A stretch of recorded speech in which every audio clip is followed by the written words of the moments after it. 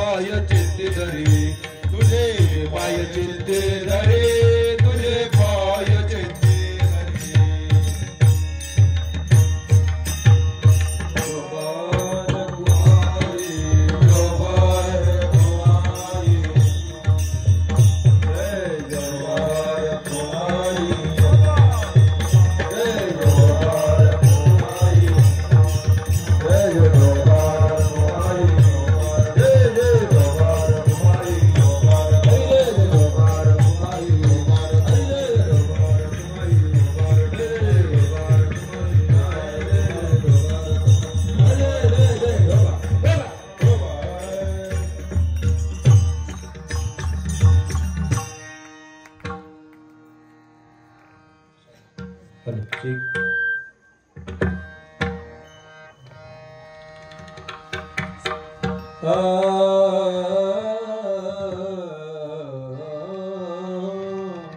Hello hello येतो का?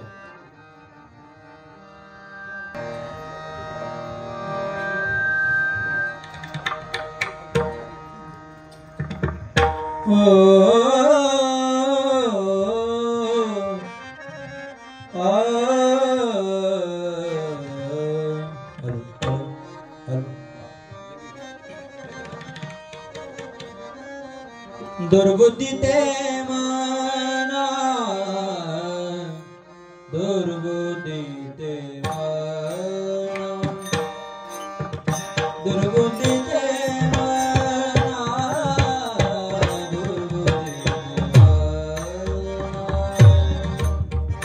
दुर्बुद्धि ते माना, दुर्बुद्धि ते माना, दुर्बुद्धि ते माना,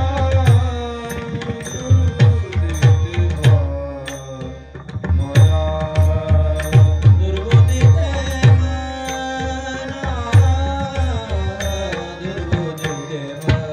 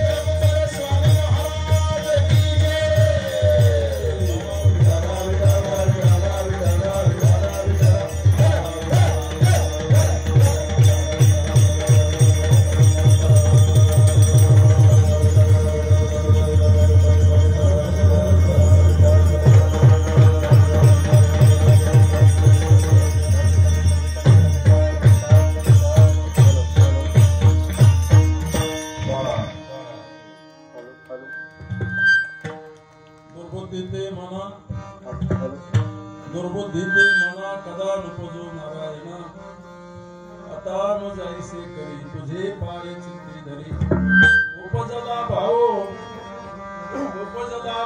तुमचे कृपे सिद्धी जाऊ व तुझे कृपे सिद्धी जाऊ आता मग जैसे करी तुझे पाय चित्ती धरी तुका म्हणे आता लाभ नाही अपरता आता मग जैसे करी तुझे पाय चित्ती धरी पांडुरंगा करू पांडुरंगा करू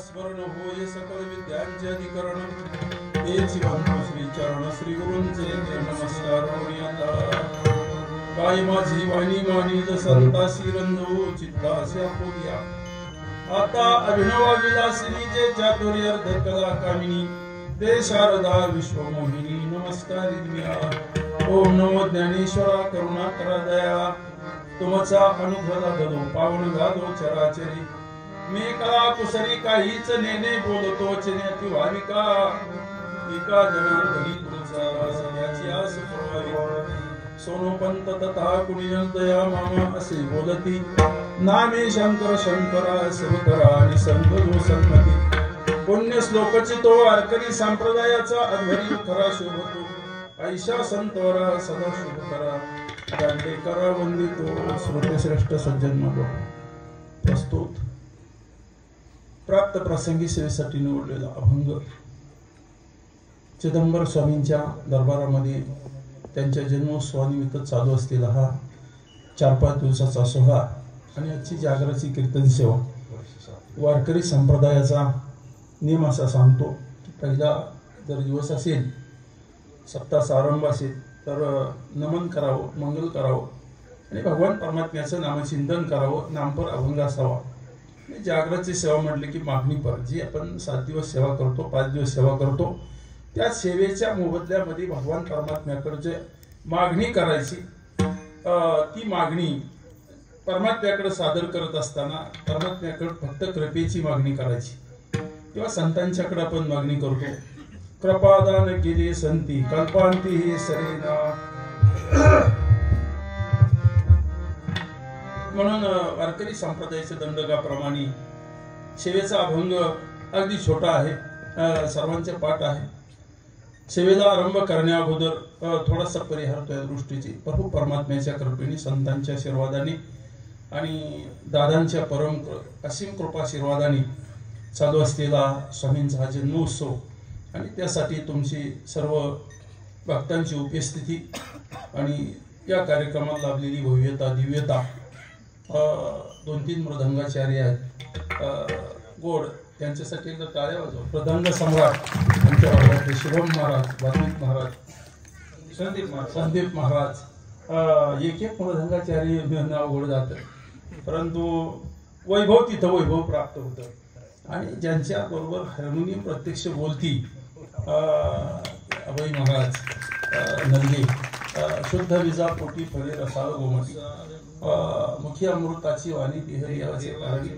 आणि इथं असलेले उपस्थित महाराजांनी सुंदर असा रोपालाच मारू ह्या राग गायला आणि अशा लकीर काढल्या की वारकरी संप्रदायाच्या या चाली ऐकायला मिळत नाही पवार महाराज असतील हिंदी महाराज असतील आणि या कार्यक्रमाला ह्या छोट्या बालमित्रांच्या मुळे आलेली शोभा हे खरं परमार्थाचं वैभव आहे त्यांना कोटी कोटी आशीर्वाद देतो की 15-16 मुलं त्या आपल्या भागामध्ये 20-20 हजार संख्येची गावं पण टाळ वाजत नाही सज्जनो लक्षात ठेवा टाळ सुद्धा वाजत नाही परंतु आपण हे उभं केलेलं वैभव अप्रतिम आहे ह्यांच्या खरं तुमच्या चरणी नतमस्तक होतो की हे खरं आहे तरणाभाग्यवंत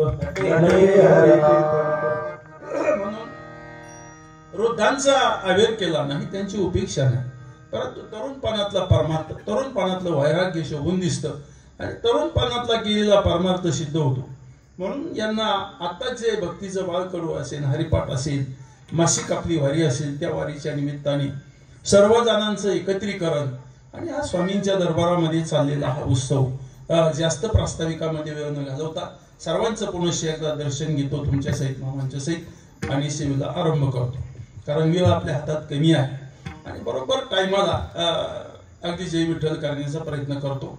माणूस मिनिटाला साधारण 100 शब्द बोलतो. मी 120 चालतो, परंतु मर्यादेपेक्षा अजिबात 1 मिनिट सुद्धा पुढे जाणार नाही. म्हणून अभंग जगद्गुरु तुकोबरायांचा अभंग मागणी या स्वरूपातला आहे. विश्वनियंत्या भगवान परमात्म्याकडे तुकोबरायांनी एक आगळी वेगळी मागणी केलेली आहे. तुकोबरायांची मागणी हे स्वार्थमूलक आहे का? तुकोबरायांनी मागितलं ते स्वतः करता मागितलंय का? एक तर संत कोणाकडे काही मागतच नाही आणि त्यांना संत म्हणतात. कोणाकडे काही मागणी, काय मागणी आम्हा अनुचित वडिलांची रीत जाणत असो. मागणाऱ्यामध्ये, कारण भक्ती करणाऱ्यामध्ये 4 वर्ग पडतात. अर्थाचे निव्याजे, जिज्ञासु दानावयाची लागी भजे, तिजीने लाहीजे अर्थसिद्धी, चौथियाचे ठाई काहीच करणे नाही, मनोनी भक्त पाही ज्ञानी तो. सामान्य भक्ती करतो, पण सामान्याची मागणी त्याच्या स्वार्था करताय. अज्ञानाची भक्ती इच्छेची संपत्ती, अज्ञानाची भक्ती इच्छेची संपत्ती, अज्ञानाची भक्ती इच्छेची संपत्ती,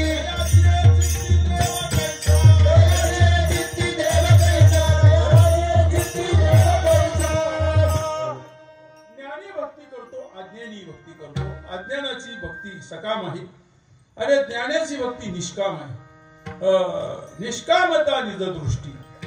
जी भक्ती करतो, कुठल्याही सेवेचा धर्म पाळत असताना त्याच्यामधला प्रामाणिकपणा फार महत्वाचा आहे. कुठलंही कार्य करताना त्याच्याशी किती प्रामाणिक आहे, आपल्या सद्गुरूंशी, आपल्या दैवताशी, आपल्या संतांशी, आपल्या ग्रंथांशी, आपल्या तीर्थाशी आपण किती प्रामाणिक आहोत, त्याच्यावर तुमच्या परमार्थाची उंची वाढत चालते. आणि त्याच्यामध्ये तुमची निष्कामता किती आहे. म्हणून फार विस्तार न करता जगद्गुरु तुकोबरायांची मागणी आगळी वेगळी आहे. तुकोबरा म्हणतात, या विश्वामध्ये हे भगवान, ज्या दुर्बुद्धीमुळे अधोगतीला सर्व गेलेले आहेत, ती दुर्बुद्धी चुकून सुद्धा कोणाच्या अंतकरणामध्ये निर्माण होऊ नये, ही पहिली मागणी सादर केलेली आहे. दुर्बुद्धी ते मना कदा नुपजो नारायणा. कधीच कोणाच्या अंतकरणामध्ये वाईट विचार, दुर्बुद्धी ही निर्माण होऊ देऊ नको. आणि मग दुसरी मागणी काय? आता मज ऐसे करी तुझे पाय चित्ती धरी. मग आता या शब्दाला वर्तमान कालवाचक हा शब्द आहे. मग माझ्या अंतकरणामध्ये जी स्थिती निर्माण झालेली आहे की तुझे अखंड पाय माझ्या चित्तामध्ये राहू दे. आता भावार्थामध्ये पाहिजे पायच का, तुझे पाय चित्ती धरी शब्द महत्वाचे आहे.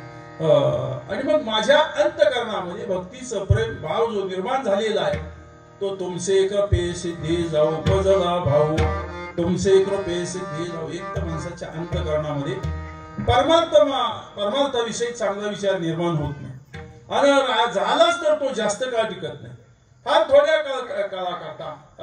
परंतु तुकोबरांची मागणी आहे की योग व्हावा आणि योगाचा क्षेम व्हावा. बरेच योग येतो पण योगाचा क्षेम होऊ देत नाही. योगक्षेम त्यांचे जाणे जड भारी, वाट दावी करी धरून या. योग येतो पण योगाचा क्षेम होत नाही. म्हणजे स्थिरता प्राप्त होणं, ते आपल्याला लाभणं, त्याला योगक्षेम वाहम्यम.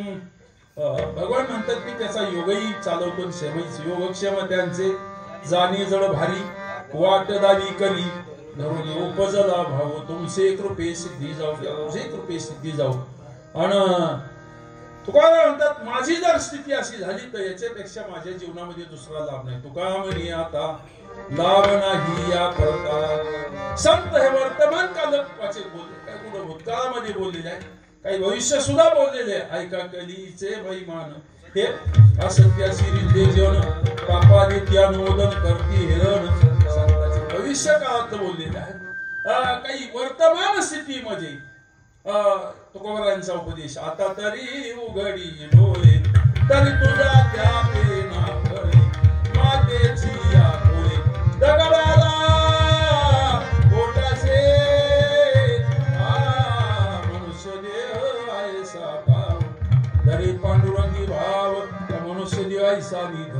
साधेल ते साधा सिद्ध करोनी प्रबोध संत पार उतरले.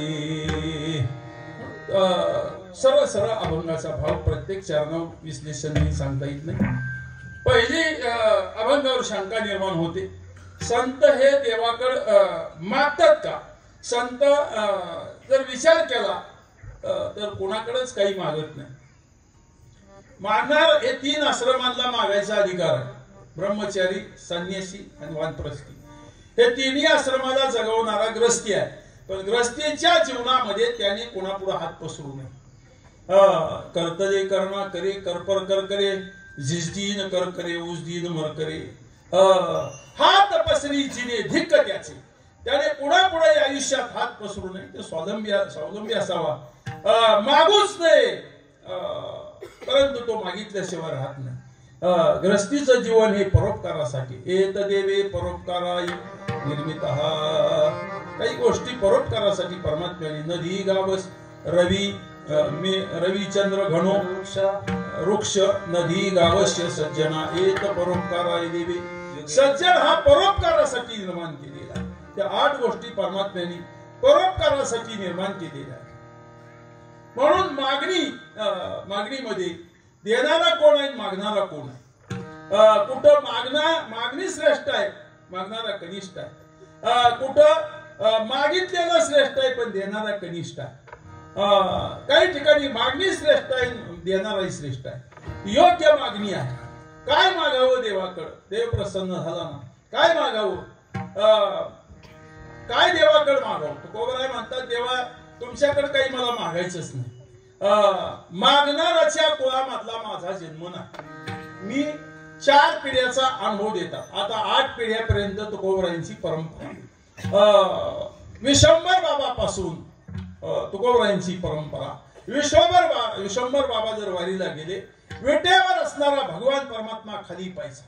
देवाच्या डोक्यावर झालेलं भक्तीचं ऋण भगवान परमात्मा खाली पाहायचा.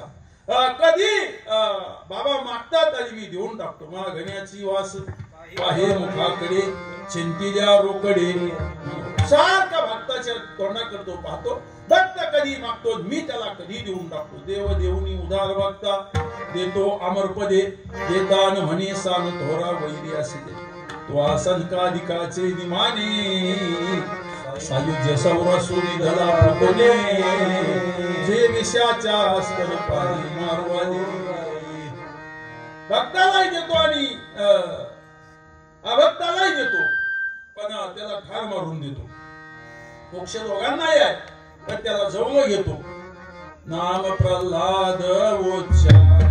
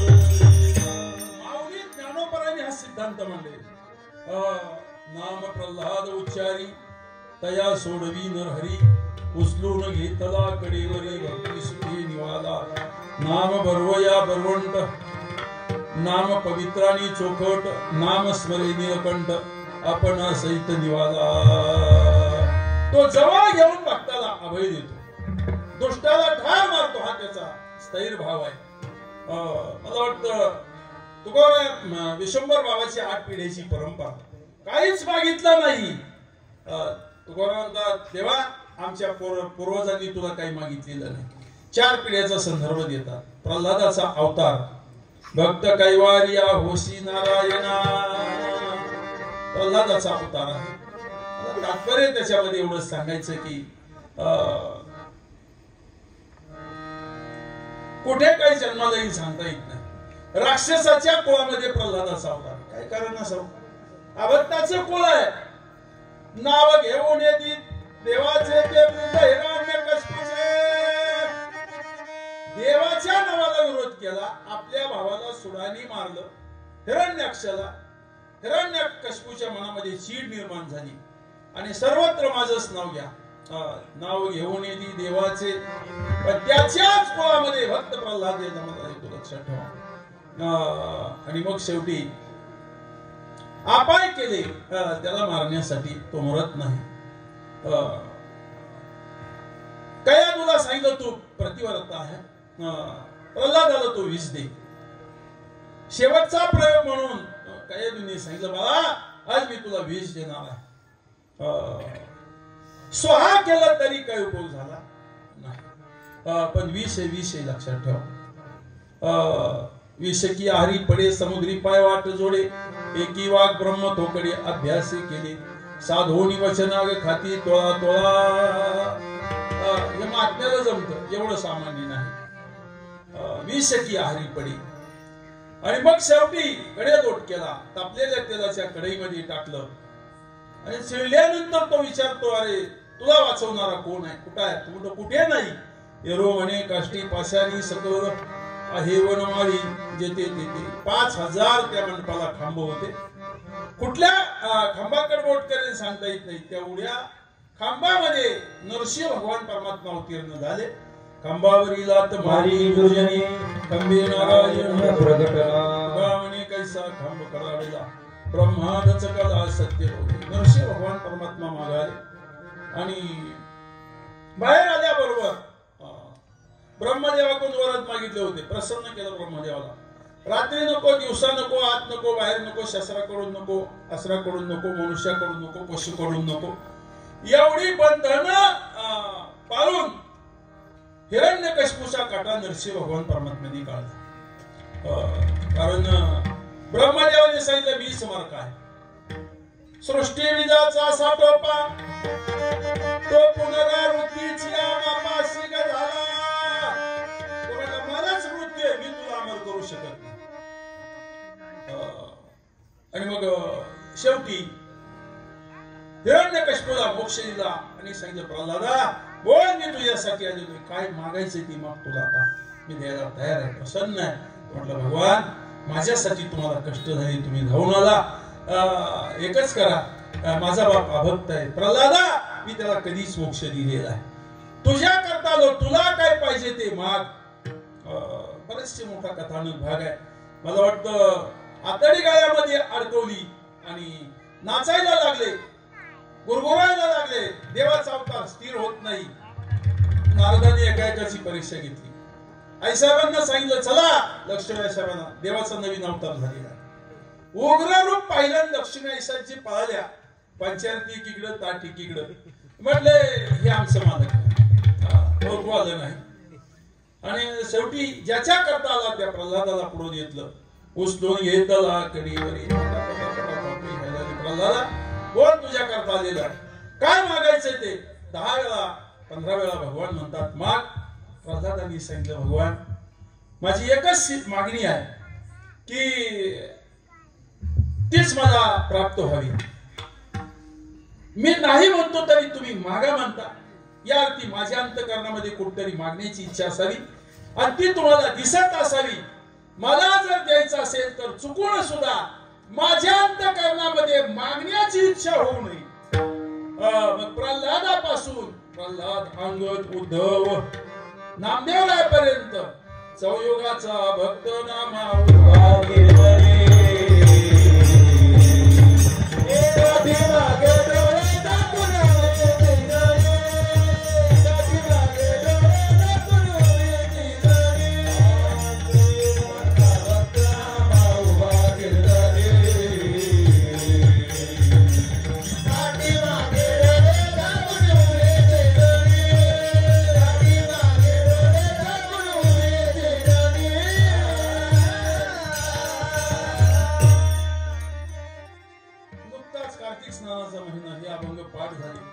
संयुगाचा भक्त नामा उभा कीर्तनी पाठीमागे डोळे झाकून चार युगे देवाच्या बरोबर राहिलेले तुकोबा म्हणतात आमच्या कुळात देवा तुला कोणी माहित नाही. मी मागणाऱ्याच्या कुळात नाही, मागतो तो भगत असतो. भक्त कधी देवाकडे मागत नाही, लक्षात ठेवा. कधीच मागत नाही. तुकोबा म्हणतात काय मागणी आम्हा अनुचित वडिलांची रीत. पण काही ठिकाणी तुकोबराय म्हणतात मागितलेलं आहे. मनसी काही मागा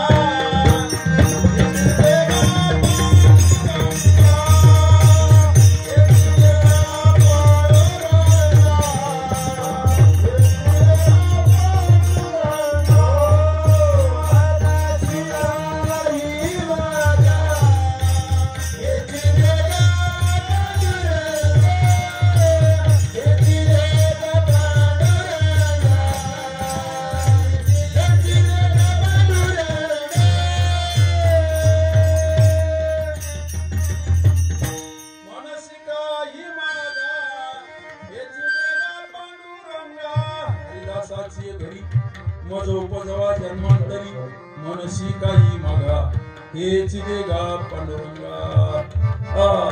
भलत्या कोणी भलते ठाई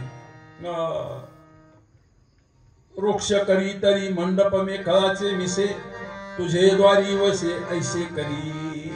तेव्हा तर द्यायचं असेल तर तुझ्या सानिध्यामध्ये संत संगती देई चरण सेवा तेने तुझा विसरण व्हावा. हेच यावडी माझी या जीवा देवापूर्वी मनोरथ.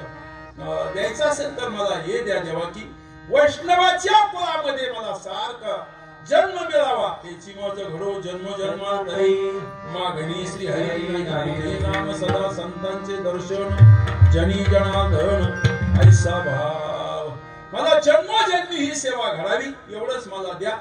म्हणजे तुकोबरांच्या मागणीमध्ये कुठं स्वार्थ दिसत नाही. काहींची मागणी स्वार्थमूलक आहे. मागतात मला तो विस्तार करायचा नाही. पहा देव सुद्धा मागतात, संत सुद्धा मागतात आणि सामान्य सुद्धा मागतात. पण देव सुद्धा भक्तांना देण्यासाठी तोकडा पडतो. मागण्याचा का ओहापोह चित्तामध्ये होतो त्याला इच्छा म्हणतात. ती मागण्याची इच्छा अंतःकरणामध्ये अगोदर निर्माण होते. चार घटकाचा अंतःकरण आहे मन चित्त बुद्धी अहंकार. पहिल्या नंबरला मन आहे. मन हे नेहमी खालाला लावतो. म्हणून तुकोबा म्हणतात काय काय करे तो या मना काय काय करे तो या मना परे नायके नारायणा परे नायके नारायणा करुणे त्याची करी वंचना करुणे त्याची करी वंचना. हे उपतना दरिले हे उपतना दरिले वंद्या सरे धावे सैलाड वंद्या सरे धावे सर्व सिद्धीचे साधन मोक्षात व्हा बंधन समाधान इच्छा. ते पहिल्या नंबरला मन आहे. अजून शास्त्र एवढं पुढे गेलं, विज्ञान एवढं पुढे गेलं, पण मनाचा वेग अजून मोजता आला. अर्जुन सुद्धा म्हणतो देवा यायसे कैसे योगियांची मती भरवसे मार्ग सांगून येणार सेवंतती. दुसऱ्या अध्यायामध्ये भगवान परमात्म्याची खोज आहे. अर्जुनाची खोज आहे. विचारतो अर्जुन देवा अरे आचार्य म्हणता ते मोठमोठे म्हणतात त्यांना धर्म कळत नाही, त्यांना अधर्म कळत नाही. हे अधर्माला का साथ करतात आचार्य म्हणून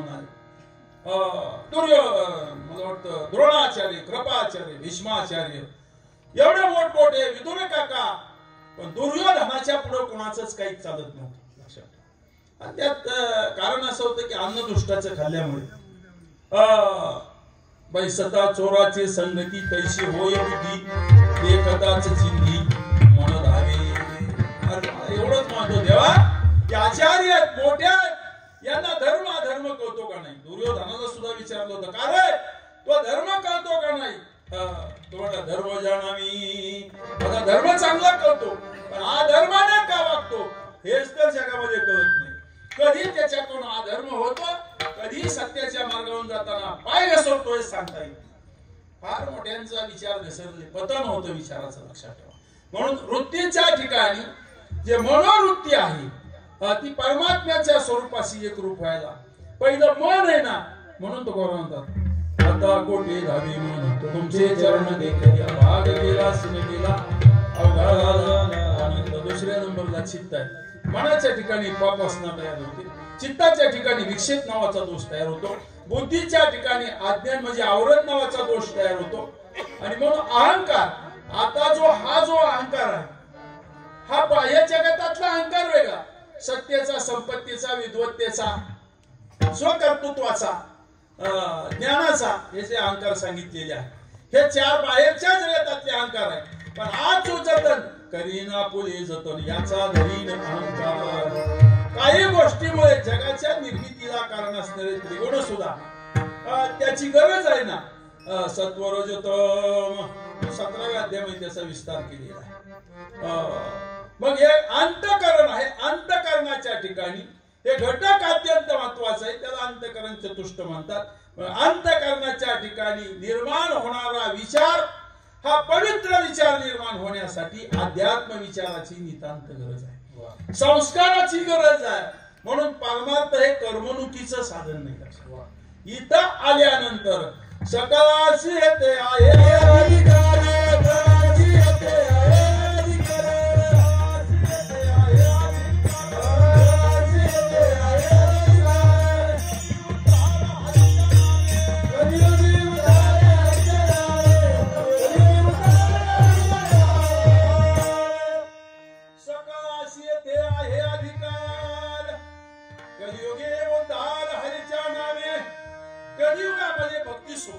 फक्त नामस्मरण करा ध्यान धारणा करा. कृता ध्यायतो विष्णू त्या काळात ध्यान धारणा चालायची. द्वापारी परिचर्याम त्रेतायाम यजतोमका यज्ञ यागादी कर्म करायचं. कलियुगामध्ये कोटी कोटी यज्ञ नित्य ज्याचा नियम एक हरिनाम जपता घडी सोपी साधनं सांगितलेले ध्यान धारणा म्हणून सोपा वर्मा सांगितले संती आणि काळदिंडी हाती घेऊन समाधीचे सुख सांगावं ऐसा या कीर्तनी कीर्तन चांग कीर्तन चांग होया हरिरूप ब्रह्मीभूत काया होतसे कीर्तनी भाग्य तरी ऋणी देवास आद्वै भजने अखंड स्मरणे वाजवे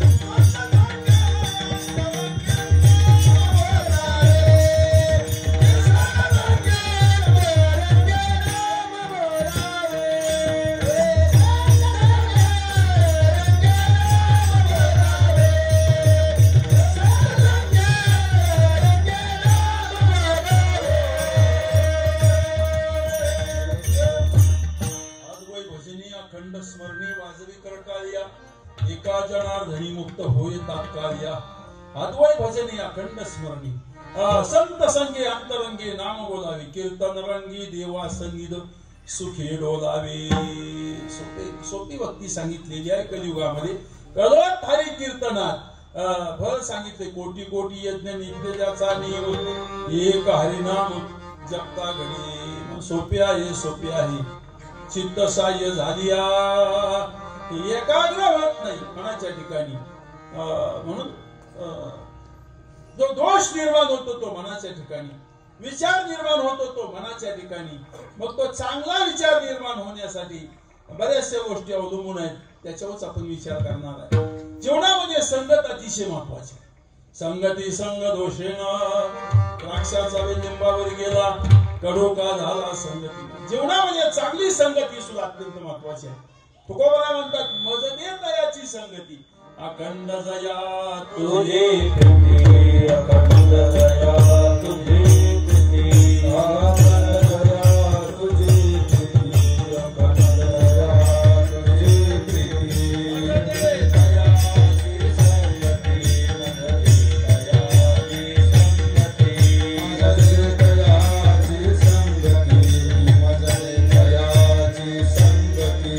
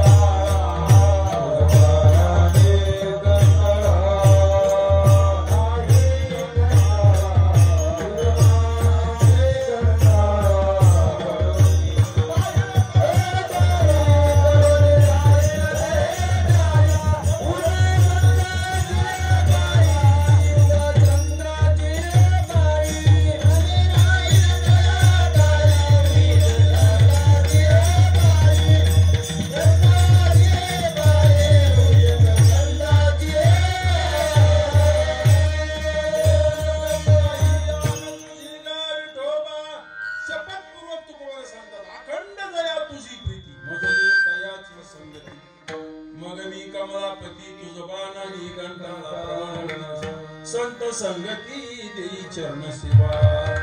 जीवनामध्ये संगत अत्यंत महत्वाची. संगत बिघडली की जीवन बिघडते. म्हणून सल्लागार चांगले असावं लागतात. राज्य चालवताना कुठल्याही गोष्टीला सल्लागार फार महत्वाचे असते. एक ऐतिहासिक पुरावा देतो. दिल्लीच्या तक्क्यावरचा शेवटचा सम्राट राजा पृथू 26 वर्षामध्ये मृत्यू पत्करला. 16 वर्षामध्ये तो सम्राट झाला. भारत देशाचे आता 36 प्रांत आहेत. पहिले 3च होते, अजमेर वगैरे 3 प्रांत. सम्राट झाला आणि काही सवयी अशा होत्या. इतका शूर होता. मोहम्मद घोरीला जिंकलं बऱ्याच वेळा. तो क्षमा याचना करायचा आणि मी आता परत असं करणार नाही, सोडून दिलं. शेवटी 6व्या वेळेला सगळ्या असंतुष्टांना त्यांनी एकत्र केलं आणि स्वारी केली. पाठीमाग राजा पृथूला एक वाईट सवय होती. तो शिकारीला गेला की 6-6 महिने जंगलात राहायचा. तोच फायदा घेतला आणि त्याने हल्ला केला आणि त्यामध्ये राजा पृथू मारला गेला. अनाथाई शत्रूवर दाखवलेली दया प्राणावर व्यक्ती म्हणून त्याचं अजून एक कारण आहे. त्याचा धर्मपरायण नावाचा जो सल्लागार होता, पुरोहित होता, तो मोहम्मद घोरीला फितूर झाला. म्हणून सल्लागार चांगले लागतात, विचार देणारे चांगले लागतात, मार्ग दाखवणारे चांगले लागतात. मार्ग दाखवून गेले आधी. अत्यंत महत्वाचा अजून एक विचार आहे की तुम्ही रोज आहार सेवन करता, तो आहारावर तुमचा विचार महत्वाचा आहे. जसं आहार विहार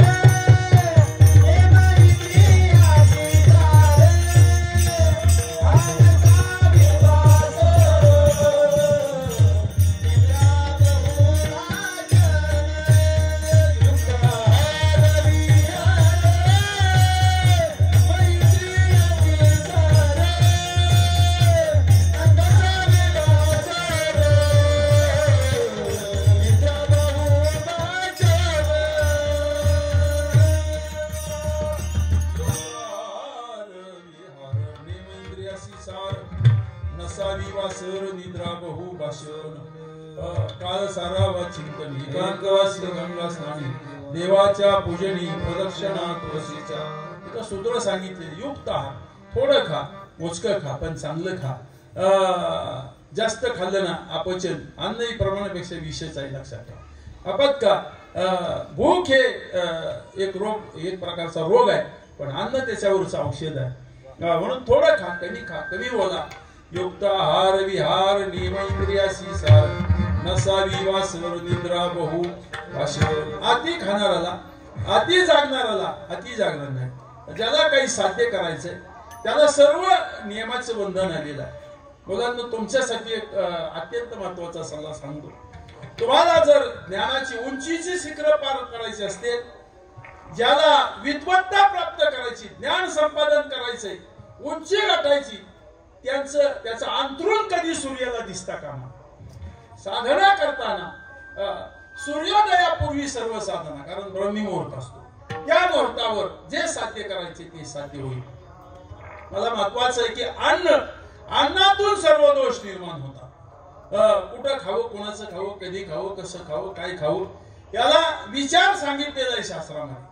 नेहमी ऐकवातलं उदाहरण आहे, पण ऐका. मला वाटतं एकदा हस्तिनापुराच्या महालासमोरून दुर्वास मोठमोठ्याने ओरडत चालले होते, ऐका कोई माई का लाल, एक वेळ जेवण द्या. या बाबाला जेवायच कोण घालत नव्हतं.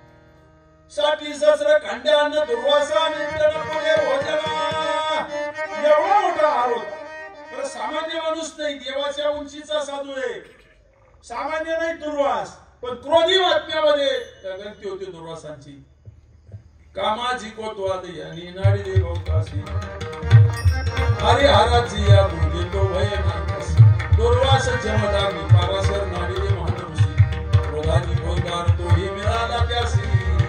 जो हार मायका जो मार काया पुरीचा, अनेकांचा वक्तव्य केलेला. क्रोधी महात्म्यामध्ये जमदाग्नी दुर्वास, क्रोधी महात्म्यामध्ये राग आला की शाप द्यायचा. देवाच्या उंचीला कसं 1 मिनिटामध्ये सांगतो. एकदा भगवान द्वारकेमध्ये असताना पत्र लिहिलं दुर्वासांनी, राजा भगवान मी अलीकडल्या तीराला आहे, जेवणाची तयारी करा. आता देव म्हटल्यानंतर काय कोणाला पुरवणार आहे, सर्वांना देतो ना तो. त्या टाइमाला भगवान परमात्म्याने सांगितलं सगळ्या घरी स्वयंपाक तयार करा. ते म्हटले जेवणाला तर एकच आहे, सगळ्या घरी स्वयंपाक करायचा नाही. म्हटले तुम्ही सगळ्या घरी स्वयंपाक सिद्ध करा. स्वयंपाक तयार झाला. यमुना मैयापर्यंत भगवान परमात्म्याचा सर्व 16,000 अष्टनायिका सर्व परिवार आला. आल्यानंतर सांगितलं भगवान आता पलीकडे जायचंय, काय करावं. ते म्हटले यमुना मैयाला विनंती करा. काही नाही, जर एवढा परिवार जर असून जर भगवान परमात्मा ब्रह्मचारी असेल तर यमुना मैया. त्यांनी कपाळाला हात लावला, म्हटले हे सर्व एवढे नातू पंतू एवढा मोठा परिवार हा ब्रह्मचारी कसा. पण विनंती केल्याबरोबर यमुना मैयानी रस्ता दिला. अलीकड हा गडी 15 दिवस पत्रवळी शिवत होता. खरा एवढी पत्रवळी. तो म्हटला एक खटी माल टाका, ठोक ठोक सर्व माल त्याच्यावर विचवला आणि डोळ्याची पापणी जवळपर्यंत सर्व भस्त केला. आणि मग सांगितलं आता पलीकडे जायचे महाराज, जेवण झालेलं आहे. येताना कसा आला, म्हटले अशी विनंती केली. मग तोच मंत्र उलटा करा. काय करायचं म्हटले, या उडा डोळ्यात देखत त्याने सांगितलं, जर मी आता जेवण करून जर निराहारी असेल तर यमुना मैया. एक म्हणतो ब्रह्मचारी, दुसरा म्हणतो निराहारी. हा कुठं मेळ बसवायचा. डोळ्यात देखत म्हटले डोंगरची डोंगर एवढं खाल्लं त्यांनी. आणि तो म्हणतो मी निराहारी आहे. अलीकडल्या तीराला आल्याबरोबर प्रतिज्ञा केल्याबरोबर यमुना मैया दुभंगली, वाट दिली. देवाच्या उंचीचा साधू कुसंगे नाडला साधू तैसा. कोण जेवायला घालणार. त्याबरोबर मोठमोठ्याने ओरडत दुर्योधनाने पाहिलं, संधी चालून आली. कारण वाईट विचार अंतःकरणाचा काही केल्या जात नाही. लक्षात चित्तवृत्तीमध्ये ती घर करून बसतं. जसं चांगलं ध्यानात ठेवण्याचा अभ्यास आहे तसं वाईट विसरणे हा पण अभ्यास आहे. जातच नाही. म्हणून वाईट ऐकू नये, वाईट बोलू नये, वाईट डोळ्याने पाहू. त्यातून दोष निर्माण होतात. मला भागवत पुराण सांगायचं नाही. पाहिली या वेदोलावी अजा वेळासारखा शुद्ध ब्रह्मत्वातला जन्म पण असंग संग ज्यांनी पाहिला आणि मनावर एवढा परिणाम करून गेला, आयुष्य उद्ध्वस्त झालं. पाहण्यातून दोष निर्माण, ऐकण्यातून दोष निर्माण होतो. एखाद्याबद्दल जर आपण वाईट ऐकलं ना, त्याला पाहिल्याबरोबर तेच लक्षात येईल, त्याचं चांगलं आपल्या ध्यानात येणार, ऐकूच नाही. आणि बोलवायचे बोले जेने बोले विठ्ठल साचानी मवा मितले आणि रसाल शब्द जैसे कलोल अमृताचे. विचार अंतःकरणामध्ये तळाला गेलेला दुर्योधन रस्त्यावर आला. सांगितलं महाराज एक दिवस काय, चला माझ्या महालामध्ये 4 महिने व्यवस्था करतो. ते म्हटले ओळखलं का दुर्योधना, मी कोण आहे, तुला परिचय आहे का. हो म्हटले दुर्वास आहात तुम्ही. माझ्या स्वभावाची कल्पना हो म्हटले तुम्हाला राग येतो तुम्ही शाप देता चालेल मला 4 महिने दुर्वासांची दुर्योधनाने इतकी यथोची सेवा केली ज्या काळाची फळं नाही ते मागायचं सांगितलं नित्य ताजं पाहिजे आपण सकाळचं संध्याकाळी शिळ समजतो 3 तासाहून झालेलं अन्न शिळ होतं मंत्र सुद्धा 3 दिवसांनी शिळा होतो एक एक अक्षराचा 1000 वेळा जप करावा लागतो तो सिद्ध होतो आणि मग 3 दिवसांनी तो शिळा होतो अन्न 3 तासांनी शिळ होतं नित्य ताजं पाहिजे मला वाटतं आताच्या काळात ते आंबे मागायचे तरी तो सम्राट असल्यामुळे इच्छा पूर्ण केली हात जोडून दुर्वासांच्या समोर दुर्योधन उभा आहे त्या टाइमाला दुर्वास म्हणतात दुर्योधना राजा मी तुला प्रसन्न आहे काही मागायचं ते मागा पण मागण्यासाठी याची बुद्धी स्थळाला गेली दुर्वासासारखा एवढा मोठा साधू मला वाटतं या पृथ्वीचं राज्यच काय पण स्वर्गाचं राज्य सुद्धा त्रिभुवनाचं राज्य प्राप्त करून दिलं असतं पण याचं अंतःकरण दोषाने पछाडल्यामुळे अखंड पांडवांच्या घाताचा विचार करणारा दुर्योधन म्हणतो महाराज मला काही मागायचं पहिल्या त्याने कैफियत मागली मला मागायचंच नाही पण म्हटला तुम्हाला माझ्या घरी आरशावर रंग आली 4 महिने तुमचा सहवास लाभला मला काही मागायचंच नाही हा शुद्ध थोतानपणा आहे लक्षात मला काही द्यायचं नाही मला काही मागायचं नाही आळंदी पंढरीला 200 खोलीची धर्मशाळा कशाची म्हणतो मला काही आपला विषय परंतु मागायचंच नाही म्हटला काहीच मागायचं नाही पण तुम्ही प्रसन्न आहात मागणी माझी छोटी आहे वचन द्या दुर्वासांच्याकडून वचन प्राप्त केलं आणि सांगितलं महाराज 4 महिने माझ्याकडे जेवण केलं माझी मागणी एकच आहे आता राजा धर्माकडे 1 दिवस जेवण करून द्या त्याला माहित होतं की पांडव वनवासामध्ये आहे परत दुसरी आत टाकली दिवसा जाऊ नका रात्री जा सूर्य देवतेने राजा धर्माला थारी दिलेली आहे अंकी सुद्धा दिली होती अति असहाय्य यातना झाल्या दुःख झालं त्या अंकीमध्ये एक वाक्य होतं हे दिवस जातील म्हणजे कोणाचे दिवस बसून राहत नाही गरीब माणसं कालांतराने श्रीमंत होतात आणि श्रीमंताची सुद्धा गरीब होतात रंक होती राजे यमाची घरी आचरणी बरी नाही म्हणून मला हे शब्द कानावर पडले चिडले दुर्वास अरे दुर्योधना का त्या पांडवांच्या बरोबर एवढा वाईट विचार करतो सांग काय बिघडवलंय अरे त्यांच्या संपत्तीचा हिस्सा ते मागतात त्यांचा वाटा त्यांना द्यायचा आहे तुला काही तुझ्या पदरचं द्यायचंय का पण अपप्रवृत्ती नडली तो सुद्धा तयार झाला होता पण सल्लागार चुकीचा होता तो चुकीचे सल्ले द्यायचा सारखा शकुनी त्याचा सल्लागार होता आणि तो दुष्ट आहे तो सल्ला द्यायचा आणि तो त्याचं फिट ऐकायचा तो माझा भांजे हे मालिकेत पाहिजे सांग का अफगाणिस्तान पूर्वीचा मला वाटतं जो गांधार देश आहे आताच अफगाणिस्तान त्याचा तो सम्राट होता मला वाटतं त्याच्या कुळाला अन्न पाणी करून मारलं दुर्योधन मामाचं कुळ एक माणसाचं जेवण पाठवायचा त्याचं ते जेवण घेऊन शकुनी जगला त्याला जगवलं पण तो वाटलं तुझ्या कुळाचं सुद्धा मी वाट लावल्याशिवाय राहणार नाही चुकीचे सल्ले द्यायचा शेवटी दुर्योधन तयार झाला होता राजा धर्माने सांगितलं भगवान सांगा दुर्योधनाला 5 गावं दिली तरी मी तयार आहे दुर्योधन तयार झाला पण तो म्हटला दुर्योधना कळतं का तुला 5 शहरं जर भारत देशातली गेली खाली काय उरलं काही देऊ नको पटलं त्याला दुर्जनाचं दुर्जना लगेच पडतं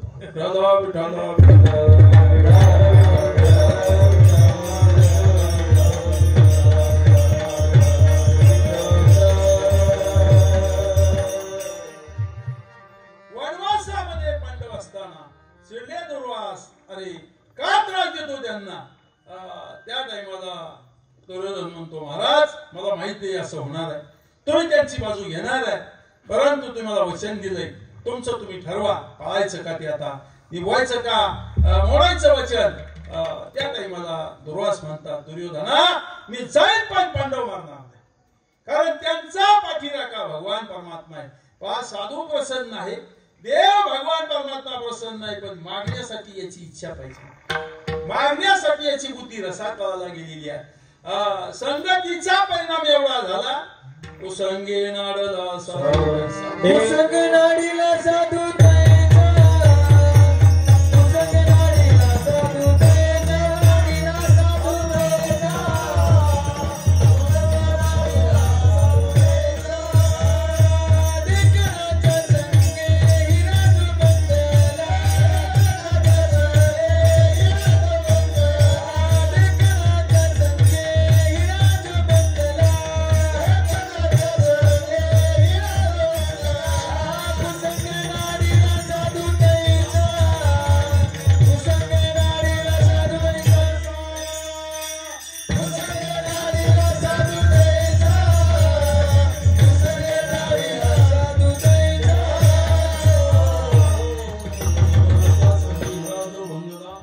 कुसंगे नाडीला साधू तैसा कुसंग हा फेरा 84चा माझा दृष्टांत संपला सिद्धांत पहा दुर्वासा सारखा एवढा मोठा साधू पण विचार बिघडला अन्न दुष्टाचं खाल्ल्यामुळे विचार स्थिर राहिला सज्जनाचा छळवट करण्याची बुद्धी दुर्वासासारख्या साधूच्या अंतःकरणामध्ये निर्माण झाली केवळ अन्नातून निर्माण होणारा दोष आहे म्हणून अन्न चांगल्या घरचं खा वारकरी वैष्णवाचं अन्न खा अन्न खाताना सात्विक आहार अत्यंत महत्वाचा आहे काय खातो हे फार महत्वाचं आहे पूर्वीच्या गृहिणी त्याला नियम होता स्वयंपाक करायला बसले की ओव्या श्लोक हरिपाठ ते म्हणत स्वयंपाक करायचा जाता दळायला सुरुवात केल्याबरोबर मंगलगीत गायचे ओव्या गायच्या जनाबाईचं जातं प्रसिद्ध आहे पण जाता आता सार्थ नाव झालं ती कायमचं निघून आता जात प्रदर्शनात पाहायला लागेल म्हणून तिथून सुरुवात व्हायची स्वयंपाक चांगला व्हायचा आजही तुमच्या पाया पडून सांगतो जर स्वयंपाक करताना जर नामचिंतन करत करत जर स्वयंपाक केला ना आयुष्यामध्ये तुमच्या घरात कलह होणार नाही आणि झालाच तर कीर्तन करायची सोडून कारण म्हणून ही जबाबदारी आहे अन्नातून विचारातून संगतीत या विचारातून जीवन बिघडतं कुसंगे नाडला साधू कैसा सारखा साधू म्हणून जीवनामध्ये संगती फार महत्वाची आहे संगत सज्जन की करले जीवन का सार्थक तू करले कशी करते म्हणून देवा तुकोबरायांनी संगती मागितली कुठं संगती देई चरण सेवा तुकोबरायांची मागणी पहा कधी कधी देव सुद्धा अडचणी देतो भक्ताला देतात देव देणार आहे पण मागणारा इतका समर्थ आहे ना तो काहीच मागत नाही मला वाटतं प्रभू रामायणातलं उदाहरण पहा लंकेवर विजय मिळवला कुबेराच्या घरचं पुष्पक विमान घेतलं आणि त्या पुष्पक विमानामध्ये बसून प्रभू प्रवास करतात किती जण बसले त्याच्यामुळे 18 पद्म वानर होते पद्म खर्व निखर्व ही जी आहे ना आपजनतेच्या पुढची संख्या आहे शंको हे वगैरे ती संख्या आहे 18 पद्म वानर होते 56 कोटी गोलांगुल होती माकडं होती 56 कोटी 72 कोटी रीस होती अस्वल ते सगळी एकदाच बसली विमान असं होतं जेवढी लोक असतील तेवढं मोठं व्हायचं आणि जेवढी लोक असतील तेवढं संकोचित व्हायचं नंदीग्रामापर्यंत भरत भेटीपर्यंत ते विमान आलं अयोध्येला आल्यानंतर प्रत्येकाच्या इच्छेप्रमाणे प्रभूंनी जशी कामगिरी तशी बक्षीस वितरणाचा कार्यक्रम झाला बक्षीस द्यायला सुरुवात केली सिद्धांत याच्यामधून पटवायचा आहे आणि मग पहिल्या नंबरला विभीषण होता तो तिकडून आला होता पार्टी सोडून आला आणि त्याला बोलताच मान असतो पण तुका म्हणतात मन श्री विभीषण शहाणा पण तो शतमूर्ख जाणा असं विभीषणाला कोण शहाणा म्हणत नाही राज्यमाता निंदू भरते केली विभीषणे बंधू प्रल्हादे जनक विभीषणे बंधू राज्यमाता निंदू भरते केली पहिली लंका त्याची त्याला घेऊन टाकली किष्किंधा सुग्रीवाला दिली जसं जसं ऐराचं वाटप झालं आणि मग गदा घेऊन हनुमंतराय सर्वांच्या पाठीमागे आहेत सर्व ऐर वाटून झाल्यानंतर सीताई साहेबांनी म्हटले प्रभू ज्याने एवढी मोठी कामगिरी केली त्याचं नाव विसरला का काय तुम्ही यादीत घ्या वाटपाच्या यादीत रात्री बरेच मोठे वाटपाचे यादी झाले तो विसरला का काय त्यानंतर बराचसा प्रयत्न केलेला आहे सीता शुद्धीसाठी प्रभू म्हणतात रात्री यादी केली तेव्हा पहिलं नाव हनुमंतरायाचं आहे पण त्याला देण्यासाठी माझ्याकडे काही नाही काय द्यावे त्याची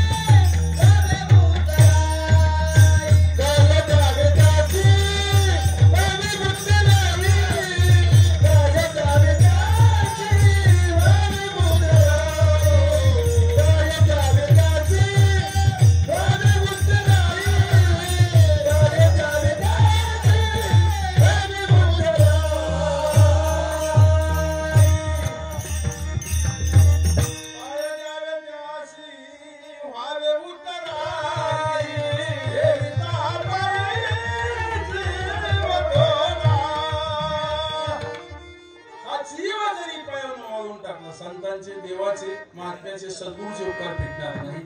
काय द्यावे त्यासी व्हाय उतर आता काय देऊ न सता जवळी कर्माच्या घेतल्या काय द्यावं मी त्याला देऊ शकत नाही. शिताई साहेबांनी पुढचा प्रसंग पहा. छोटासा हार हनुमंतरायला अर्पण केला. हनुमंता माझ्यातर्फे स्वीकार करा. पृथ्वीमोलाचं एक एक रत्न जळलेलं होतं. झाडावर गेल्याने एक एक मणी विचकून टाकायला सुरुवात केली. बाकीचे वानर सांगायला लागले आई साहेब ते जातीव गेलं म्हटलं. त्याला काय कळतंय म्हणली बघा ती काय करते सांगायला आले. जाऊ द्या शब्द माझ्याकडून खाली आला माफी मागून सांगतो. त्याला काय त्याची किंमत आहे. सीताई साहेबांनी हनुमंता एवढा अमोलिक किमतीचा हार मी तुला दिला तो काय करायची यात माझा राम नाही. अरे बघ त्यात राम नाही तुझ्यामध्ये राम आहे का. छाती विदरली राम पंचायत पाडून आपली छाती गाविले प्रभू भगवान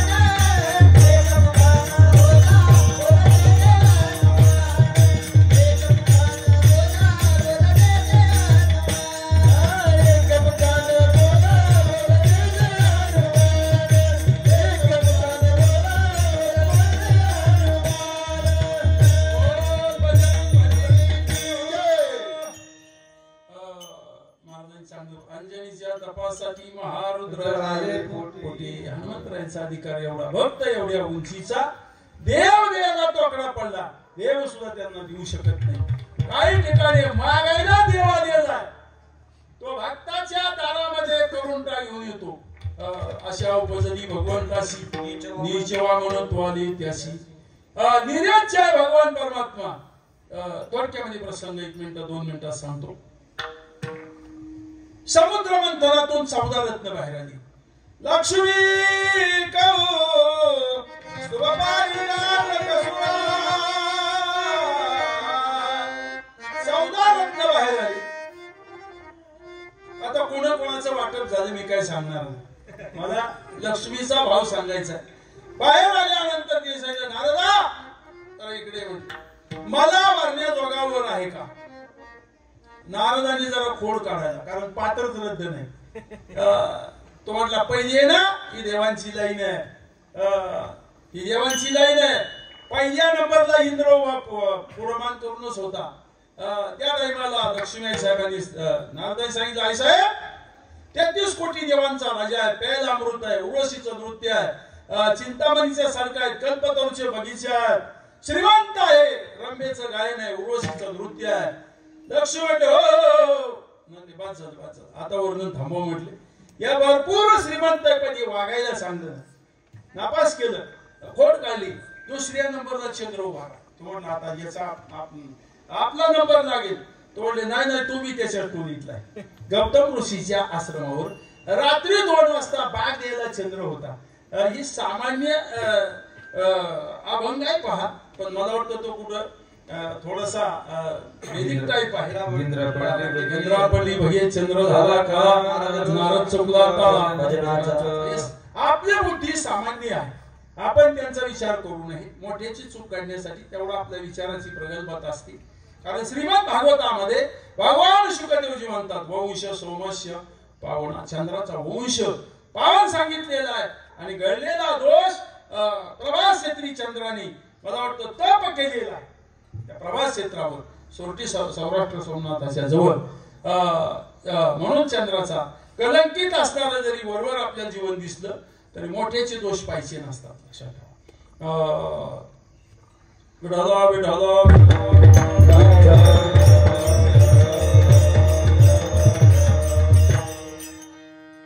सर्वांना नारदाने दाखवून झाल्यानंतर सांगितलं सर्वांच्या पाठीमागे तो भगवान विष्णू आहे पण त्याला तुझी गरज नाही. तो निर्याच आहे. लक्ष्मी आई साहेबांनी म्हटले तू युक्तिवादाने लक्ष्मी आई साहेबांनी भगवान परमात्म्याला वरलेला आहे. 4-5 वेळा असं तोंड फिरवलं पण त्याच भगवान परमात्म्याला इच्छा निर्माण झाली. द्वारपाल बरे द्वारे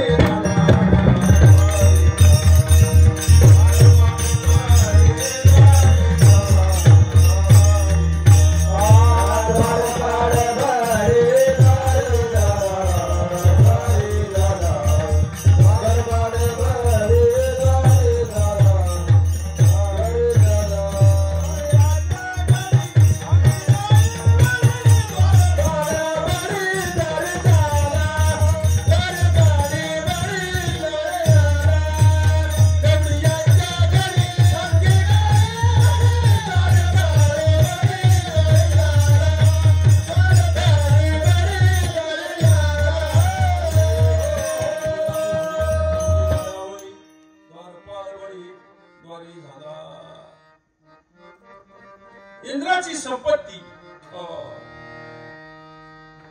राजा बळीने लुटली आणि स्वतः सम्राट झाला, राजा झाला.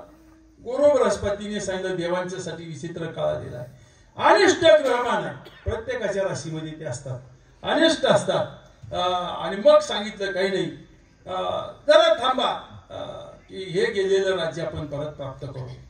आणि काही काळ गेल्यानंतर वामन भगवान परमात्म्याने बटू वेशामध्ये बलीच्या दारामध्ये सकाळी सकाळी 5 वर्षाचे वामन भगवान परमात्मा राजा बलीच्या दारामध्ये राहतात. भिक्षा पात्र दंड कमंडलू जवळ आहे, तेजस्वीत भगवान परमात्मा आहे, तुझे नडी कोटी सकाळी सकाळी आवाज टाकला, अल्लाह अल्लाह अल्लाह. आवाज राजा बळीपर्यंत गेला. कोणता आतापर्यंत आवाज ऐकला, पण हा सामान्य आवाज नाही. धावता बाहेर भगवान परमात्म्याला पाहिलं. वेददेव मन तयाची होडी क्षणभरी नवी संबे विठ्ठल रूपी. राजसुकुमार मदनाचा पुतळा राजा बळी विचार करतो, भगवान परमात्मा स्वतः आलेला आहे. ओळखला, पाद्यपूजा केली. सांगा उदेव काय इच्छा आहे आपली, काय पूर्ण करू. बळी इथं चुकला. तो म्हटला, महाराज हे सगळं आहे ना, हे सर्व आपण कमावलंय पठ्ठ्याने. म्हटला काय पाहिजे ती मागा. तू नसताना माझं म्हटलं इथं चूक झाली. चांगल्या शहाण्या लोकांच्याकडे जा, ते म्हणतात स्वामींच्या कृपेने, महाराजांच्या कृपेने, दादांच्या कृपेने आमचं चांगलं चाललेलं.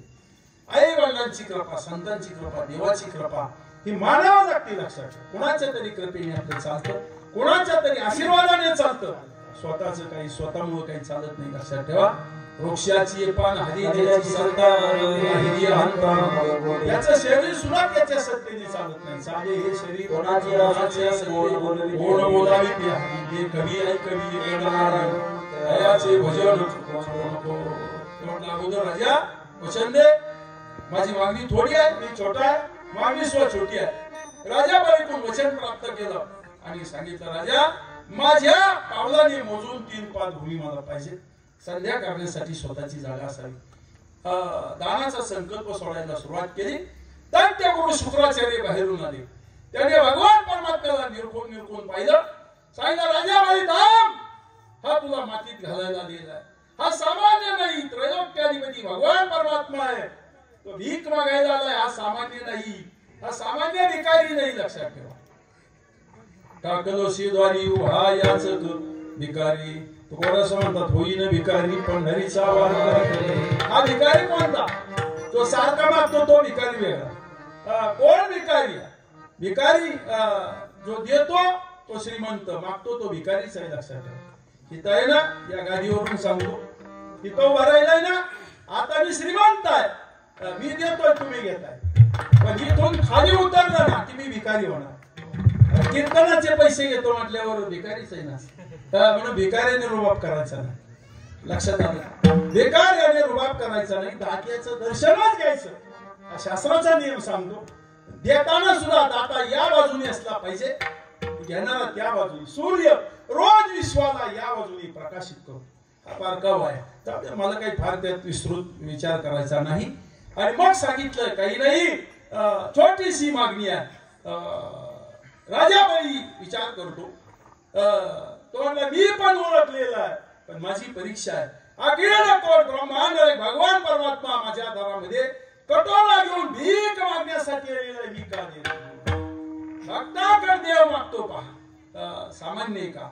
एका भक्ताकडे देव मागतोय. त्या टाइमाला आराला म्हणून फोडीला डोळा बळीने आंधळा शुक्र. भक्तीच्या आराला शुक्राचार्यांचा डोळा गेला.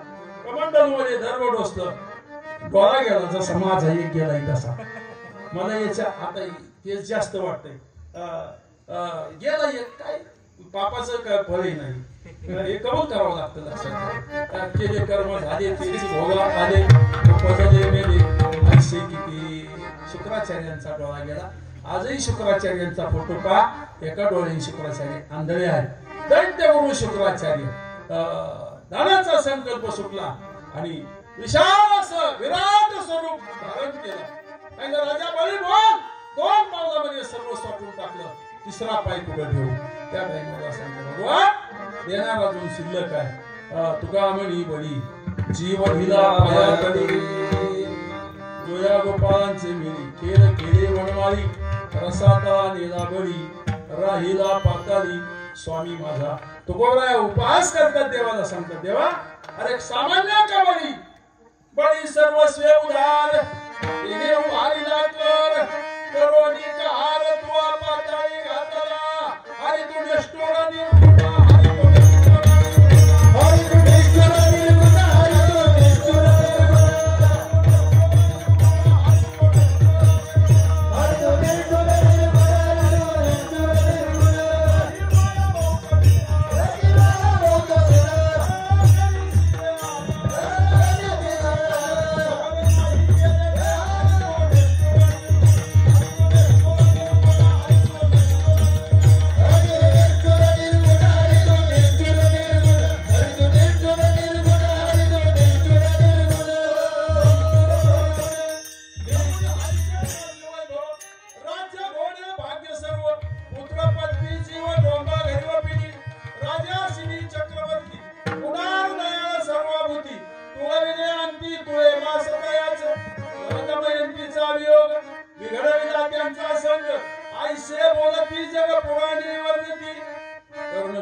समरंगणी पाणी व्यापी लागणी मागशी पाडूनी के दात करायचे हरी तो निष्ठुर निर्गुण लोक बळी सर्वस्व उदा तेने उभारीला कर करोनी का हार तुआ पाताळी घातला तुकोबा भांडे देवा श्रीयाचे घरी धरणे मांडिले मोरारी मारविले करी स्वहाते बाळगायचे देवा तुझा उदारपणा आम्ही पाहिलेला आहे दामाजी पंताचे काढिले दिवाळे सोडी दिले बाळ कबीराचे देव वागता लागी करुणी दी संसार अंगी सारावर करुणी ठेवी देवाची ती फोन आला ज्याच्या घरा त्याच्या बळेची संसार देवाची ती फोन करावी वाटोळे आपणा वेगळे राहुल म्हणून लोक म्हणतात आम्ही देवदेव करायला लागलो आणि आमच्याकडे संकटच लय यायला लागले कारण देव तुमच्या घरी आला समजायची का समजावं मला वाटतं कोणती मातेने भगवान परमात्म्याला विदाई करताना सांगितलं भगवान मला द्यायचं असेल तर दुःखच पाठवून दे दुःखात तू जवळ येतो सुखाम सर्वाय रुचते सुखात तुझी आठवण येत नाही माझा सिद्धांत संपला आणि मग राजा बळीनी पाताळाच राज्य प्राप्त झालं आणि मग वामन भगवान परमात्मा द्वारपालाच्या वेशामध्ये राखे दारवंटा बळीचा इकडं भगवान परमात्मा 6 महिने वैकुंठामध्ये नाही नारदांची अट पडली त्या टाइमला लक्ष्मी सांगितले नारदा आमचं ते बघितलं का म्हटले कुठं ते म्हटले तुमचे मालक कामाला लागले बळीच्या दारामध्ये द्वारपालाची नोकरी लागली चोपदार झाली आताच्या भाषेमध्ये पोलीस झाली लक्ष्मीबाई साहेब रूप पलटून गेल्या सांगितलं राजा बळी मी तुझी भगिनी आहे वर्षभर सेवा केली राजा बळीची आणि मग प्रसन्न आहे राजा बळी काय भावीस देऊ त्या काही मला सांगितलं राजा बळी वचन दे वचन घेतलं राजा बळी कडून आणि सांगितलं काही नाही हा द्वारपालाने एवढं देऊन टाक म्हणून लक्ष्मीबाई साहेबांनी भगवान परमात्म्याला सोडून आणलं बरेचशा कथा पुराणामध्ये आहे एवढा मोठा भगवान परमात्मा तो सुद्धा मागण्यासाठी जातो मागण्याची किंवा अशा उपजली भगवंताशी नीचवा मनत्व आहे त्याची तुकोबरांची मागणी काय आधी वेगळी आहे अभंगाच्या पहिल्या चरणात दुर्बुद्धी दे मना दुर्बुद्धी दे मना दुर्बुद्धी दे मना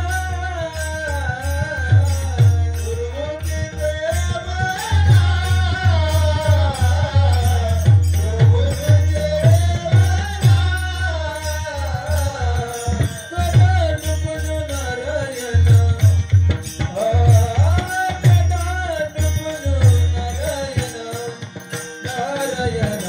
मना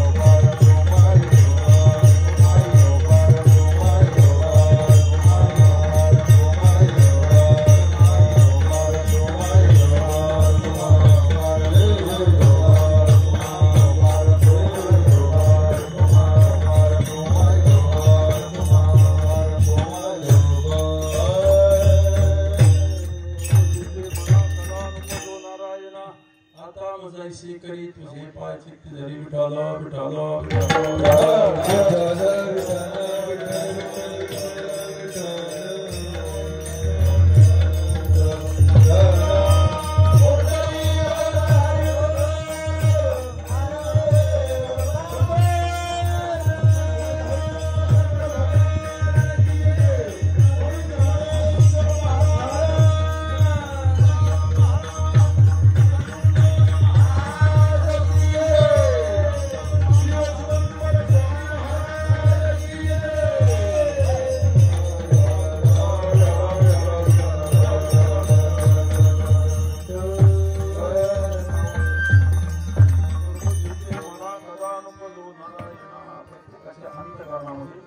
जो विचार निर्माण होतो सामान्याची स्थिती सांगत नाही मोठमोठ्यांची स्थिती विचाराचं पतन झालेलं काही काळ दिसतं म्हणून अध्यात्म विचार हा अंतःकरणामध्ये सतत तेवढ ठेवलेला पाहिजे म्हणून जो विचार संत महात्म्याने आपल्याला दिलेला आहे ज्ञानेश्वरीच्या रूपाने गाथ्याच्या रूपाने 2-3 मुद्दे थोडक्यात ठेवतो सेवेला पूर्ण वाईट विचार हा अधपतनाला घेऊन जातो म्हणून तुकोबारायांची मागणी दुर्बोधे ते म्हणा कदा नको तुकोबारायांची मागणी स्वार्थ बोलत नाही तुकोबारायांनी विश्वाच्या कल्याणासाठी मागितलं जगाच्या कल्याणासाठी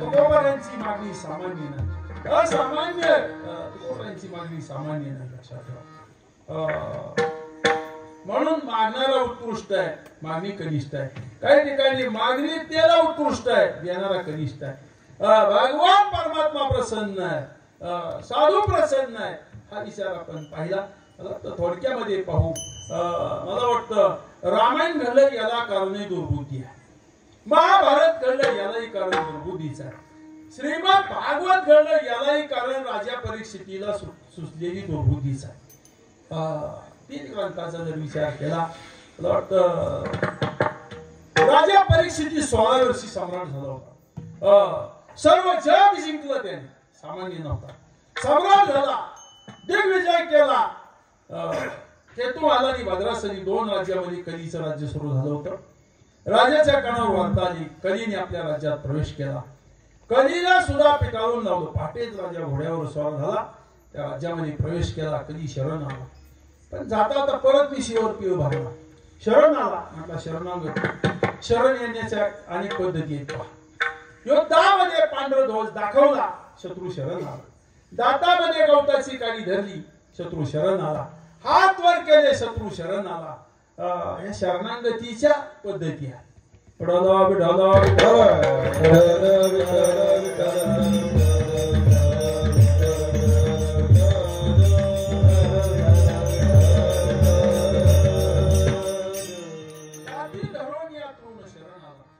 शत्रू शरण आला शरणागता वज्रपंजर जो शरण आला त्याला मरण नाही या लागी शरणागता शरणमीचे कुजो होय शरणाची निवारिली जन्म मरण या लागी शरणागता शरणमीचे कलीवर ज्याने विजय मिळवला कली काळ पाया पडे कली सामान्य नाही कल हे कलीचं स्वरूप आहे गावागावामध्ये भावाभावामध्ये घराघरामध्ये कलीचा प्रवेश झालेला आहे भांडण हे कलीचं स्वरूप आहे लक्षात ठेवा पण त्याच्यावर विजय मिळवणं सामान्य नाही राजा परीक्षितीने पण पहा एक दिवस आपली तिजोरी खोलली काय आहे पाहिलं काय आपल्यासाठी ठेवलेलं आहे तर कलीने 5 वस्तीस्थानं राहण्यासाठी घेतली आदर्श निद्रा जुहार जुवा मांसाच्या मदिरा दुधच वेशा पण यती पंचकर्मानी तिथं कली राहतो अजून कधी ते सांगितलं राजा सज्जन माणूस काही इकडे येणार सज्जन डाव्यावर कशाला जाईल दिसलं तर त्याची मात ओढायला तो जाणारच नाही लक्षात जाणारच नाही आता लोक म्हणतात मालकरी लबाड खऱ्या मालकऱ्याचा काही दोष आहे का लक्षात ठेवा लबाडांनी माळा घातली आमचा काही दोष आहे लोक हो करतात बहुरूपी धरी संन्यासाचा वेश एक दिवस मोह हा प्रत्येकाला असतो भंडार घरा उघडला दिव्य मुकुट डोक्यामध्ये दृष्टीच पडला, डोक्यामध्ये घातला. तो मुकुट होता जरासंधाचा. शेवटी भगवान परमात्म्याने 17 वेळा स्वारी केली मथुरेवर. जरासंधाला भीमाच्या करी मारलं. हे दुर्जनाचं नगर आहे, या सर्व वस्तू दुर्गुणित आहेत, या काही इथलं काहीच घेऊ नका.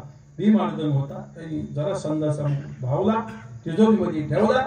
ठेवल्यानंतर राजा परीक्षितीने डोक्यात घातला, दुसऱ्याची वस्तू वापरायच्या नाही. पूर्वीचा काळ होता, अरे गावात चालू तुझा शेरतो तिथो काय, परिस्थिती होती हो, इतका दुर्दैवपणा होता, इतका म्हणजे आर्थिक परिस्थिती इतकी तळाला गेलेली होती. त्या टाइमाला नाईलाज होता. परंतु अनावधानाने एखाद्याची इस्टेट आपल्याकडे येते, ते समाधान सुख शांतता लागू देत नाही, पण दुसऱ्याच्या वस्तू वापरायच्या नाही. राजा परीक्षितीने मुकुट डोक्यात घातला, विचाराची चक्र फिरली, मृगाला जायची इच्छा करू लागला. राजा शिकारीसाठी गेलेला आहे. कौशिक नदीच्या कडेने राजा चाललेला आहे. चालल्यानंतर तहानेने व्याकुळ झाला. तुम्ही म्हणता हे समीकरण कसं काय? नदीच्या कडेने राजा चाललेला आहे, तहानेने व्याकुळ झाला.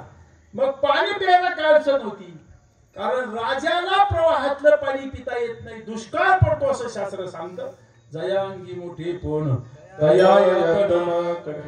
ताण रोग जाणीव येते लागली, व्याकुळता वाढली. आणि त्यातली त्या शुगर असणारा तर फारच त्रास होतो, लय संतापतात ती. जेवण जर टाइम नसलं ना फार संतापतात. आणि मग त्या टाइमाला दूर असणारा शमी ऋषीचा आश्रम राजा चालत तिथपर्यंत गेला. आणि संधी साधली. पहा, दैव फिरलं राजाचं. ध्यानस्थ असणारे ऋषी, समाधी खरी का खोटी, त्या संधीमध्ये सर्प पुढे पडलेला आहे. राजाने बाणाच्या टोकाने उचलला. तो दुसरा कोणी नव्हता, तक्षकच होता. तो सुराच्या भावनेतून आला होता. ऋणवैर हत्या, कारण अर्जुनाने खांडवळ अग्नीला खायला दिलं. त्या तक्षकाचं अख्खं कुळ झालं होतं. 9 प्रजाती आहेत, अनंतनाग, शेषनाग, वासुकीनाग, कंबनाग, पद्मनाग, धृतराष्ट्र, तक्षक, कालिया, कंबन, हे 9 नागाच्या प्रजाती. त्याचं कुळ गेल्यामुळे तो संतापला होता. तो फक्त ग्लानी आलेली होती. राजाने बाणाच्या टोकाने उचलला, ऋषींच्या गळ्यात अडकवला. काढून टाकावं भ्रम झाला बुद्धीमध्ये. राजा तसाच हस्तिनापुराच्या महालाकडे निघून गेला. ऋषींची मुलं आली, पाहिलं राजा आमच्या पित्याला सर्पदंश झाला. शंका आली त्यांना, संशय आला, आणि मग आक्रोश केला, रडायला लागले. उदारत असताना समाधी उत्थान झालं. पाहतात का रे काय वाटता?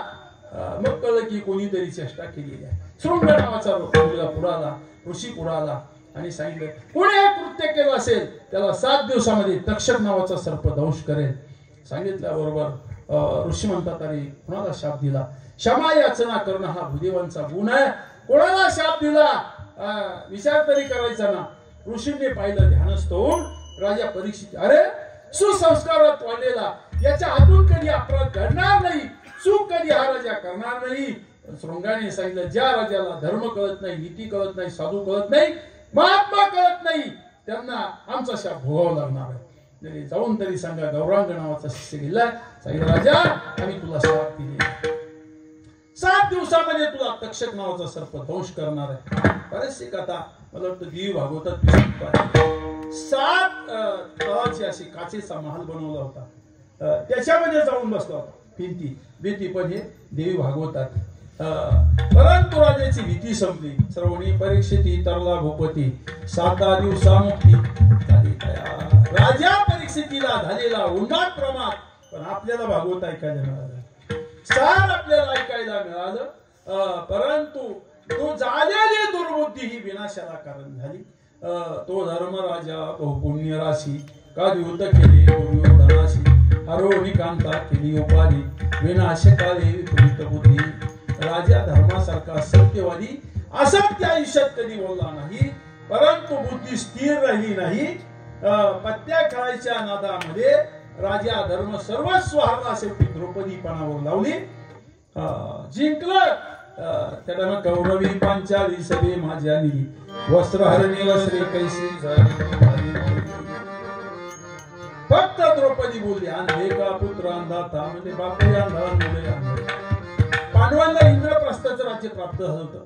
मयासुराने असा आखीव रेखीव मंडप बांधून दिला होता. राजहंस, तितर, बदक, चातक, निर्जीव असणारे पक्षी सजीवासारखे नृत्य करायचे, हुंकार टाकायचे. आणि तो मयासुराने बांधलेला तो मय सभा मंडप पाहताना दुर्योधनाची फसगत झाली. पाणी नाही तिथं वस्त्र सावरली आणि पाणी आहे तसा शिरला. 2-3 वेळा दार बंद आहेत तिथं उघडी दिसली धडकला. आणि द्रौपदी जास्त असली आता हे स्वाभाविक त्यांच्यातलं चाललेलं पण देव सुद्धा मोठे मोठे नसते कारण देव काय असला पण दुर्योधनाने सांगितलं पाहून घेतो. बारीक चूक ही महाभारताच्या युद्धाला कारण झाली. फक्त सुचलेली दुर्बुद्धी मला वाटतं द्रौपदीला सुचलेली दुर्बुद्धी महाभारतातून अजून देश सावरला नाही. इतकी वित्त हानी जीवित हानी झाली. मला वाटतं एकच राजा कर्नाटक मधला उडपी नावाचा जिल्हा आहे तो म्हटलं भावाभावांचं युद्ध आहे मी कोणाच्या बाजूने लढणार नाही. एक काम करेल महाभारतामध्ये जेवढं सैन्य आहे तो त्यांना रसद रोज जेवण पुरवायचं. रोज जेवढे मारतील तेवढे अन्न कमी करायचं. म्हणून उडपीच्या राजाला आशीर्वाद दिला. म्हणून उडपीची हॉटेल पॉवरफुल चालतात लक्षात कारण त्याने महाभारत युद्धामध्ये अन्न समर्पण केलेलं आहे. माझा सिद्धांत दृष्टांत सांगला. महाभारत घडलं याला कारण ही द्रौपदी आहे. फार बोलली महाभारत घडलं. सीता कमी बोलली ते रामायण घडलं. मला वाटतं लक्ष्मणासारखा साधू वृत्तीच्या असणाऱ्या लक्ष्मणाचा अपमान केला. ज्या वेळेस शूर्पणखेने कळ लावली सांगितलं काही नाही रावणा 80,000 आहेत असू दे पण पंचवटीला या जगातली सुंदर स्त्री आलेली आहे. कारण शंभरी नावाचा मुलगा शूर्पणखेचा लक्ष्मणाकडून मारला गेला होता. ती सुडाला पेटली आणि कळ लावून दिली. बराचसा मोठा दृष्टांत आणि मग त्या टायमाला काही सांगितलं मामा मारीच बोलवलं. एक काम कर पंचवटीला जा हरिण बनून. तो म्हटला काय काम आहे. हरिण बनून जा सोन्याचा हरिण बनून जा. तो म्हटला पाहिजे ते तुला देतो. तो म्हटला तो जिवंत ठेवीत वाना तो देणार भरपूर पण मला बघायला विश्वास असलं पाहिजे. म्हटला पण नाही म्हटलं मला होता हा मारल्याशिवाय राहणार नाही. इलाज असतो मारीच गेला. हरिण बनवून पंचवटीच्या सकाळी सकाळी बागडायला लागलं हरिण. सांगितलं प्रभू त्याची कंचुकी शिवायची मारा त्याला. आता प्रभूला माहित नव्हतं का सोन्याचं हरिण नसतं परंतु बुद्धी बरोबर झाला. मोठ्या हरणाच्या पाठीमागे पळाले. त्याने मारीचाने मारता मारता आवाज काढला सीते धाव लक्ष्मणा धाव सीते धाव.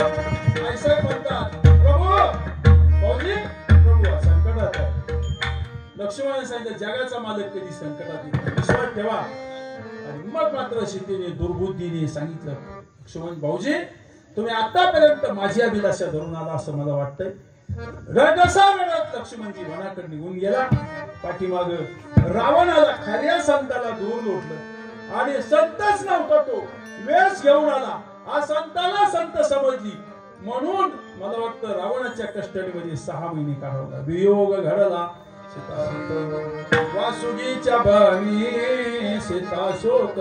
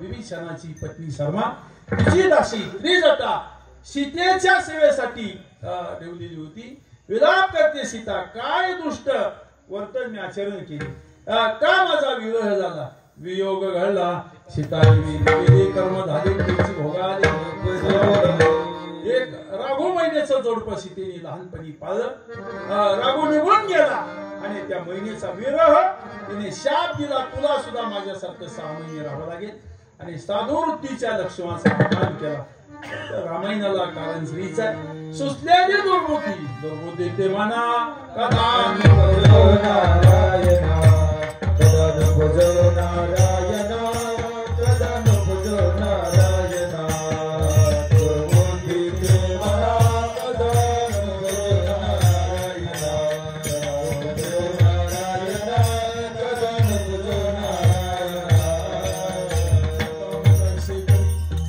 तुझे पाय चित्ती धरी चित्ती तुझे पाय डोळा पाचे दाना कर तुझं पाय माझ्या चित्तात राहू दे अखंड राहू माझे चित्त तुझे पायी राहे श्रीहरी दारी दाता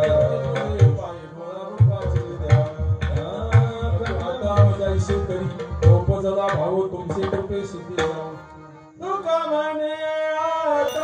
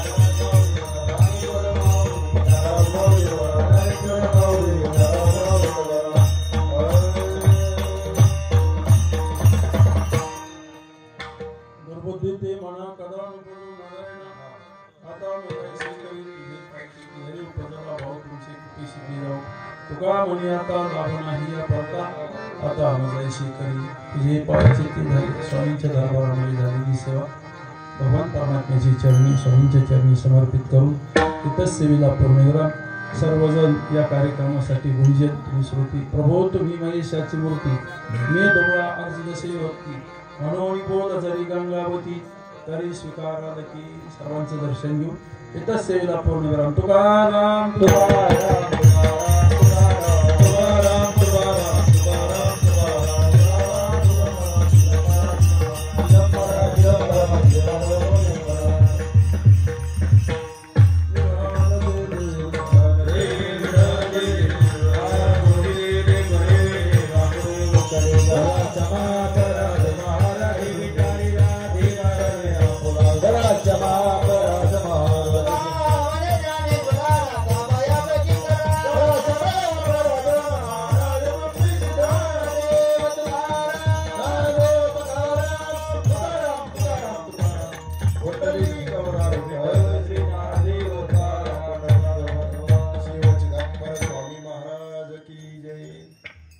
गेल्या 7 वर्षापासून चालू असलेल्या